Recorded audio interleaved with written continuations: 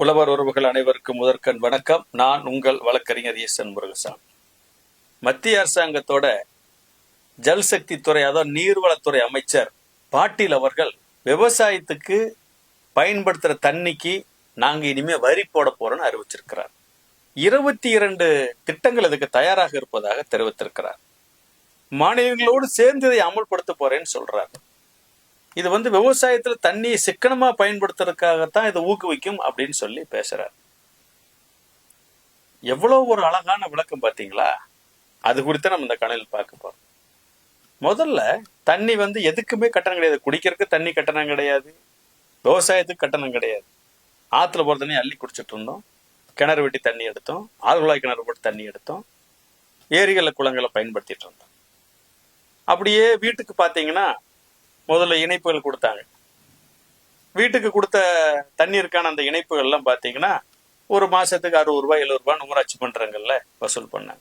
இப்ப நகராட்சியில எல்லாம் பாத்தீங்கன்னா இப்ப மீட்டர் மாட்டியாச்சு. இப்ப எல்லா ஊராட்சியிலும் பாத்தீங்கன்னா ஜல்ஜீவன் திட்டத்துக்கு கீழே அந்த ப்ளூ கலர் ஓஸ் மீட்டர், எவ்வளவு தண்ணி எடுக்கிறோமோ அவ்வளவு. அப்ப இது விவசாயத்துக்கு மட்டும்தானே அப்படின்னு பாத்தீங்கன்னா, உலக வர்த்தக கழகத்துடைய ஒப்பந்தத்தின்படி இந்திய அரசாங்கம் தண்ணீரை ஒரு வணிக பண்டமாக, வணிக பொருளாகத்தான் பார்க்கணும். அதை இலவசமாக கட்டணம் இல்லாமல் கொடுக்க கூடாது அப்படிங்கிற நிபந்தனை இருக்கு. அதுல கையெழுத்து போட்டிருக்காங்க. அதன் அடிப்படையில தான் அப்போ நம்ம வீட்டுக்கு அரசுகள் கொடுக்கிற தண்ணி வரி வாங்குறது போய் இப்ப லிட்டர் கணக்கில் அளந்து டாக்ஸ் போட போறாங்க. அப்போ நம்ம ஏரிகள், குளங்கள், பெரிய பெரிய அணைகள் எல்லாமே பாத்தீங்கன்னா குடிநீர் வடிகால் வாரியத்துக்கிட்டு இருக்கும். இப்ப என்ன பண்ணிட்டாங்கன்னா, இப்போ கோயம்புத்தூர்ல உதாரணத்துக்கு சூயஸ் நிறுவனம் அதுகிட்ட வித்துட்டாங்க. அவிய அணையிலிருந்து தண்ணி எடுப்பாங்க, மக்களுக்கு விநியோகம் பண்ணுவாங்க, கட்டணத்தை வசூலிச்சுட்டே இருப்பாங்க, கட்டணத்தை ஏத்திட்டே இருப்பாங்க. கூடுதலா எவ்வளவு வேணாலும் அவங்க சௌரியத்துக்கு ஏத்திக்கலாம். மக்கள் கிணறு வைக்கக்கூடாது, போர் வச்சிருக்க கூடாது, மழை தண்ணி கூட பிடிச்சிக்கூடாது கண்டிஷன்லாம் நிறைய போட போறாங்க. ஆக இப்போ அந்த குடிதண்ணீருக்கு வந்த அந்த கட்டுப்பாடுகள் எவ்வளவு மோசமா இருக்குன்னு யோசிச்சு பாருங்க. அந்த கட்டுப்பாடுகள் நம்ம இன்னைக்கு அதை யோசிச்சிருக்கிறோமா? தண்ணிக்கு போய் எவனாச்சும் வரி போடுவானா? தண்ணி போய் காசு கொடுத்து வாங்கி கொடுக்க மாட்டோம். 1 லிட்டர் தண்ணி 20 ரூபாய்க்கு இன்னைக்கு வாங்கி குடிச்சிட்டு இருக்கோம். இதே போலத்தான் 2002 நேஷனல் வாட்டர் ஃப்ரேம் ஒர்க் மசோதா அப்படின்னு சொல்லி 2002 ஒன்று மத்திய அரசாங்கம் கொண்டு வந்துட்டு அதை எதிர்ப்பு காரணமா சட்டமாக்க முடியல. அடுத்தது பாத்தீங்கன்னா 2019 கிரவுண்ட் வாட்டர் கன்சர்வேஷன் ஃபீனே ஒன்று கொண்டு வர்றாங்க. அதுல வேளாண்மைக்கு விலக்கு கொடுத்துட்டாங்க. மற்ற எல்லா பயன்பாடும் நிலத்த நீரை எடுத்து பயன்படுத்த கட்டணம் செலுத்தணும்னு அரசாங்கத்தோட விதி இருக்குது. யோசிச்சு பாருங்க. முதல்ல குடிநீருக்கு வந்துச்சு, தொழிற்சாலைகளுக்கு வந்துச்சு. அடுத்து 2002 ஒரு மசோதா கொண்டு தான் நிறைவேறல.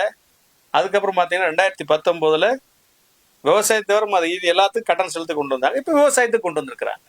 இதுக்குள்ள அடிப்படை காரணம் என்னன்னா, நாம உலக வர்த்தக ஒப்பந்தத்துல கையெழுத்து போட்டிருக்கிறது. அதன் அடிப்படையில தான் அரசாங்கம் குடிநீரை சந்தை மதிப்புல நமக்கெல்லாம் விற்பதற்கு ரெடி ஆயிட்டு இருக்குது. சரி, விவசாயத்துக்கு தண்ணி நம்ம எடுக்கிறோமே, எல்லாரும் வரி கட்டுறாங்களே, அப்பயே நான் வரி கட்டக்கூடாதுன்னு நினைச்சா, இன்னைக்கு இந்தியாவில் 140 கோடி மக்கள் இருக்கிறோம்.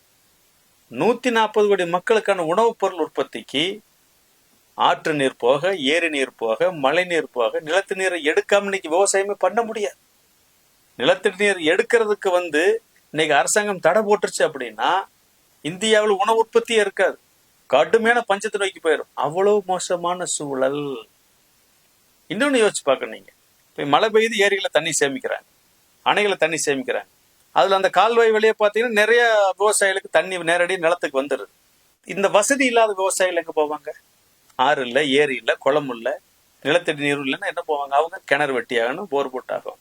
அப்போ ஒரு விவசாயிக்கு எவ்வித கட்டணமும் இல்லாமல் தண்ணி ஆத்துல இருந்து ஏரியில இருந்து வந்துடுது. இன்னொரு தரப்பு விவசாயிகளுக்கு பாத்தீங்கன்னா, அவங்க நிலத்தடி நீர் எடுக்கிற கிணறு வெட்டுறதுக்கு செலவு பண்ண வேண்டியது இருக்கு, ஆழ்குழாய்க்கு செலவு பண்ண வேண்டியது இருக்கு, அடுத்தது பாத்தீங்கன்னா மோட்டர் மாற்ற செலவு பண்ண வேண்டியது இருக்கு. இப்படி 2 பேத்துக்குள்ள ஒரு பெரிய பாகுபாடு போயிட்டு இருக்கு. ஆக இன்னைக்கு இந்த நிலத்தடி நீரை நாம் எடுத்து பயன்படுத்துறதுக்கு அரசாங்கம் வச்சிருக்கிற கட்டணம் என்பது இந்தியாவில விவசாயிகளை மிக கடுமையாக சுரண்டக்கூடியது, வன்மையாக கண்டிக்கத்தக்கது. விவசாயிகளுக்கு உற்பத்தி செய்யற பொருளுக்கு விலை கிடைக்கல, தொடர்ச்சியான கஷ்டம், நஷ்டம், கடனை திருப்பி கட்ட முடியல, பயிர் கடனும் கட்ட முடியல. இந்த மத்திய மாநில அரசுகள் பாத்தீங்கன்னா விவசாயிகளே விவசாயத்தை விட்டு வெளியேறணும். அரசாங்கம் வெளியேற்ற வேண்டிய அவசியம் இல்லை. ஏன்னா அவங்களுக்கு விலை கொடுக்க கூடாது, விலை கொடுத்தா லாபம் வந்துடும், லாபம் தான் பணக்காரன் ஆயிடுவான், விவசாயத்தை விட்டு போக மாட்டான். அதனால என்ன பண்றாங்க, தொடர்ச்சியா விலை கொடுக்கறது இல்ல. தினசரி செய்தித்தாள் எடுத்து பாருங்க, ஒண்ணு மத்திய அரசாங்கம் ஏதாச்சும் ஒரு விவசாயிகளுக்கு பிரச்சனை கொடுக்கும், இன்னொன்று மாநில அரசாங்கம் கொடுக்கும். ஒவ்வொரு பருவத்திலும் ஒவ்வொரு பொருள் உற்பத்தி ஒன்று, எல்லா பொருள் நஷ்டம்.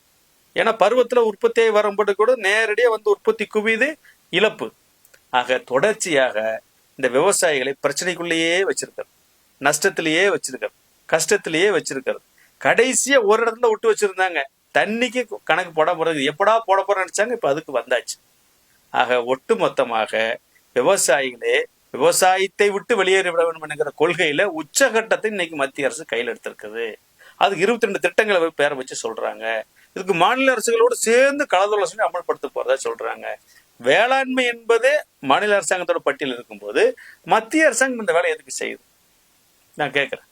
ஆக இந்த வேலை என்பது இவங்க அப்படியே ஒட்டுமொத்த வேளாண்மையையும் கார்பரேட் நிறுவனங்கள், பில்கேட்ஸ் வந்து இந்தியாவில் பிரதமர்கிட்ட பேசிட்டு இருக்கார், எனக்கு 2 லட்சம் ஏக்கர் நிலம் வேணும், இந்த மலையை கொடுத்துருங்க, அந்த ஒட்டுமொத்த மாவட்டத்தை கொடுத்துருங்க அவர் பேசிட்டு இருக்கிறார். தொடர்ச்சி பிரதமர் சந்திச்சுட்டே இருக்கார், வலியுறுத்திட்டே இருக்கிறார். விவசாய உற்பத்தியில எங்களை போன்ற கார்பரேட் நீங்க அனுமதிக்கணும்னு சொல்லி கேட்டு இருக்கார். ஆக இப்ப என்ன உங்களுக்கு புரிய வருதுன்னா, நம்மளையே நம்ம நிலத்தை விட்டு துண்டக்கான துணியக்கான ஓட வச்சுட்டு அதைய கார்பரேட் நிறுவனத்தை கொடுத்துட்டு அவியலுக்கு அப்புறம் அரசு மானியங்களை பல லட்சம் கோடிகள் கொடுக்கும் ஒரு உணவு உற்பத்திக்கு. அதை வாங்கிட்டு அவங்க என்ன பண்ணுவாங்க, மக்களுக்கு பொருளை கொண்டு வந்து அவங்களுக்கு பெரிய பெரிய குடோன் இருக்கும், பொருளை மதிப்பு கூட்டுவாங்க, கொண்டு மக்களுக்கு வச்சு பெரிய பெரிய டிபார்ட்மெண்ட் ஸ்டோர் வச்சு சந்தைப்படுத்துவாங்க. உணவுப் பொருள் இதுல பங்கு சந்தையில பட்டியலிடப்படும், தேவை அளிப்பின் அடிப்படையில விலைகள் தீர்மானிக்கப்படும். தினசரி பாத்தீங்கன்னா விலை பல மடங்கு ஏறும் இறங்கும்.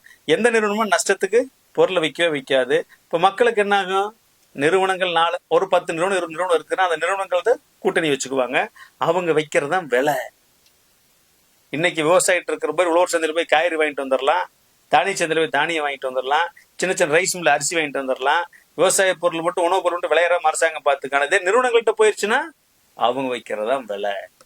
இப்ப சாதாரணமா பாத்தீங்கன்னா உழவர் சந்தையில் 5 ரூபாய்க்கு கிடைக்கிற ஒரு கட்டு கீரை இன்னைக்கு நம்ம டிபார்ட்மெண்ட் ஸ்டோர் பண்ண எவ்வளவு கிடைக்குது, 15 ரூபாய்க்கு கிடைக்குது இல்ல. நாளைக்கு ஒட்டுமொத்த பொருளுமே டிபார்ட்மெண்ட் ஸ்டோர்ல மட்டும்தான் கிடைக்கும் அப்படின்னா நிலைமை என்னவாகும்? ஆக ஒட்டுமொத்தமாக இந்த இந்தியாவில் இருக்கக்கூடிய உலகத்தினுடைய மாபெரும் சந்தையான இந்திய உணவு சந்தையை நிறுவனங்கள் கைப்பற்றுவதற்காக, இந்த விவசாயத்தை நிறுவனங்களிடம் ஒப்படைப்பதற்காக, இந்த மக்களை சுரண்டுவதற்காக, இந்த பிரச்சனை பார்த்தீங்கன்னா பொதுமக்களை தான் அதிகமாக பாதிக்குது. விவசாயிகளை விட இதுல அதிகமா பாதிக்கப்பட போறது பொதுமக்கள். நம்ம நாட்டுல விவசாயிகள் அதிக அளவு இருக்குல்ல, அவங்களும் அதிக அளவு பாதிக்கப்பட போறாங்க. ஆக இந்த உணவு சந்தை அவர்கள் கையில் எடுப்பதற்காக, மக்களை அதிக அளவில் சுரண்டுவதற்காகத்தான் படிப்படியாக ஒவ்வொரு கட்டமாக கொண்டு வந்து இன்னைக்கு தண்ணீருக்கு, நிலத்தடி நீருக்கு, விவசாயிகள் பயன்படுகிற தண்ணீருக்கு வரி போடுவதான வேலையை இவர்கள் செய்கிறார்கள். இந்த வேலையை மட்டும் நம்ம அனுமதிச்சோம்னா விவசாயிகள் யோசிக்காம விவசாயத்தை வெளியேற வைத்து விடுவார்கள். எனவே இது வன்மையாக கண்டிக்கத்தக்கது. உடனே பிரதமர்கள் தலையிட்டு உடனே இருந்த அறிவிப்பை திரும்ப பெற வைக்கணும், அதை ரத்து செய்யணும் என்பதை தமிழக விவசாயிகள் பாதுகாப்பு சங்கத்தின் சார்பில் நாங்கள் வலியுறுத்தி கேட்டுக்கொள்கிறோம்.